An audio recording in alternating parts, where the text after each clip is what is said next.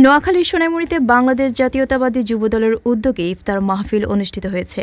বুধবার ১১ মার্চ বিকাল ৫টায় সোনাইমুড়ী বাজারের রাজমহল রেস্তোরাঁয় এই ইফতার মাহফিলের আয়োজন করা হয়।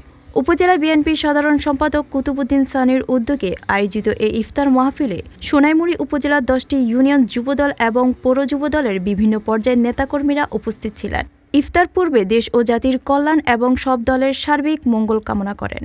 উপস্থিত নেতারা বলেন, এমন আয়োজন নেতাকর্মীদের মাঝে সৌহার্দ্য ও ভ্রাতৃত্ববোধ বৃদ্ধি করে। তারেক রহমানের যে উদ্যোগ, তারেক রহমানের যে ভূমিকা, তারেক রহমানের যে দেশ গড়া সবার আগে বাংলাদেশ, সেই বাংলাদেশকে এগিয়ে নেওয়ার জন্য যেই কর্মসূচি ইতিমধ্যে বাস্তবায়ন শুরু করেছেন, তার জন্য যুবদলকে সার্বক্ষণিক এই দেশের স্বাধীনতা সার্বভৌমত্ব রক্ষার জন্য অগ্রণী ভূমিকা এবং সচেতন থাকার জন্য তারেক রহমানের নির্দেশ।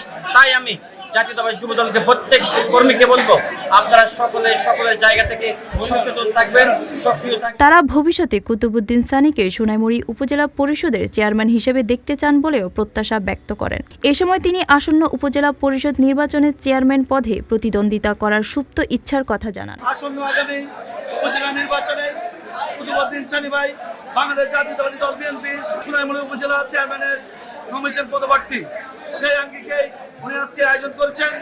আমি সোনাইমুড়ী উপজেলা যুবদলের পক্ষ থেকে একটি কথাই বলবো, কুতুব ভাই তৃণমূলের কর্মী, পরীক্ষিত কর্মী, বিগত 16 সালের আন্দোলনে উনি সামনে থেকে দলকে নেতৃত্ব দিয়েছেন এবং দলের পাশে চেয়েছেন।